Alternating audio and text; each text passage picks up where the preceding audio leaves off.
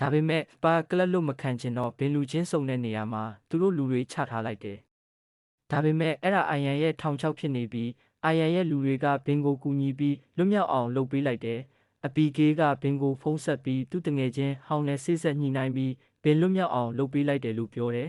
။ဒါပေမဲ့အဲ့ဒါအတွက်အကျိုးဆက်တစ်ခုရှိတယ်။ဘင်ကအိုင်ယန်ကိုယတနာရှိတဲ့နေရာခေါ်သွားရမယ်တဲ့။တငယ်ချင်းဟောင်းနဲ့ပြန်ဆုံတဲ့အခါအိုင်ယန်ကလွတ်လပ်ရေးကြီးညာစာတမ်းနဲ့တင်းမောဘော်ကပိုက်ကိုပြန်ပေးပြီးနောက်ဆုံးတဲလွန်စာကိုတောင်းတယ်။ဘင်ကမရှိဘူးလို့လိန်ပြောတဲ့အခါအိုင်ယန်ကပက်ထရစ်ကိုပြန်ပေးထားတာပြလိုက်တယ်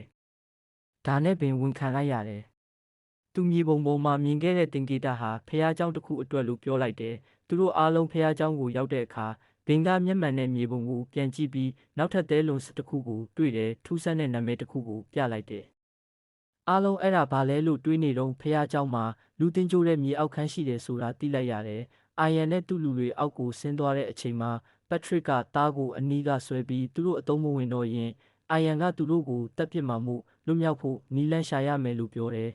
။ဒီအချိန်မှာပဲအိုင်ယန်ကဘင်ကိုခေါ်ပြီးနောက်ထပ်တဲလွန်စပတ်ကိုခေါ်သွားခိုင်းတယ်။မြေပုံပေါ်ကနာမည်ကိုနယံမှာတွေ့ပြီးဖောက်လိုက်တဲ့အခါဥမင်လိုင်ကောင်းတစ်ခုကိုတွေ့တယ်။အိုင်ယန်ကဘင်ကိုရှေ့ကခေါ်ခိုင်းပြီးသူတို့လိုက်သွားတယ်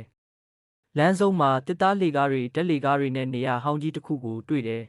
။ပက်ထရစ်ကတစ်သားလေကားဟောင်းကြီးကအန္တရာယ်များတယ်လို့ပြောပေမဲ့အိုင်ယန်ကဆက်သွားဖို့အမိန့်ပေးတယ်။ရုတ်တရက်လေကားကျိုးပြီးရှော့ဟာအောက်ကိုပြုတ်ကျသေဆုံးသွားတယ်။လေကားတစ်ခုလုံးပြိုကျပြီးသူတို့အားလုံးအသက်ရှင်ဖို့အတွက်တစ်သားတက်လေကားပေါ်ကိုခုန်ဆင်းလိုက်ရတယ်။ရှော့သေသွားပေမဲ့အိုင်ယန်ကယတနာကိုရှာမြဲပဲခဏအကြာမှာတက်လေကားကအခန်းလွတ်တစ်ခုကိုရောက်သွားတယ်။အိုင်ယန်ကယတနာဘယ်မှာလဲလို့မေးတဲ့အခါဘင်ကအခန်းထဲမှာဘာမှမရှိဘူးလို့ပြောတယ်။အိုင်ယန်ကသူ့ကိုယုံမသွားဘူးတဲလွန်စမပေးရင်သူတို့ကိုထားခဲ့ပြီးဓာတ်လေကားနဲ့ပြန်တက်သွားမယ်လို့ချိန်ချောက်တယ်။ဒီအချိန်မှာပဲပက်ထရစ်ကတဲလွန်စာဟာအခန်းလွတ်ထဲကမီးခွက်မှာရှိတယ်လို့ပြောလိုက်တယ်။ဘော့စတွန်မြို့ကဖះเจ้าမှာလည်းအလားတူမီးခွက်ရှိတယ်အဲ့ဒီမှာပဲယတနာအစ်စ်ရှိတယ်တဲ့။အိုင်ယန်ကသူတို့ကိုထားခဲ့ပြီးယတနာရဖို့သွားတယ်ပြန်လာမယ်လို့ပြောတယ်။ရိုင်လီကဒီမသိတဲ့နေရာမှာသူတို့တရားတော့မလို့ငိုယိုနေတဲ့အချိန်မှာဘင်နဲ့ပက်ထရစ်ကသူတို့အိုင်ယန်ကိုလိန်လိုက်တာပဲလို့ပြောပြီးနောက်ထပ်တဲလွန်စတစ်ခုကိုရှာတွေ့တယ်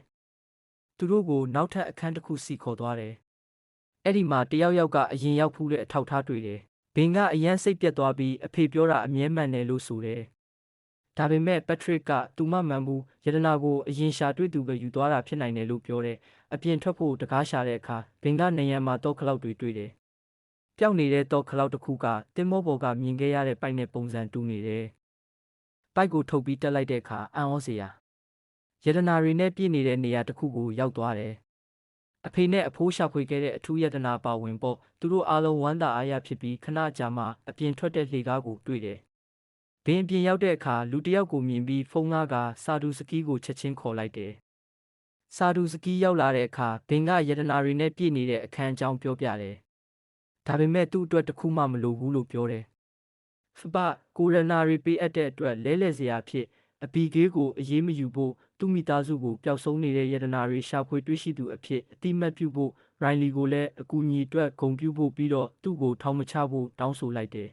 ။စာဒူစကီကသူ့အချက်တွေကိုလက်ခံလိုက်တယ်။ဒါအပြင်အိုင်ယန်ကိုဖမ်းဖို့လည်းဖပကိုကူညီပေးလိုက်တယ်။အိုင်ယန်ဘော့စတွန်ကဖះเจ้าကိုဖောက်ဖျက်ဖို့ကြိုးစားတော့မှပဲရက်အနှဲငယ်ကြာတဲ့အခါယတနာတွေကိုကဘာတဝမ်းကပြတိုက်တွေကိုလှူဒန်းလိုက်တယ်။သူတို့၃ယောက်အတူတူရှိနေတော့ရိုင်လီကဘင်ဆိုးရစီကကန့်လန့်ခံရတဲ့ယတနာရာခိုင်နှုန်းကိုမယူဘူးလို့ညည်းတယ်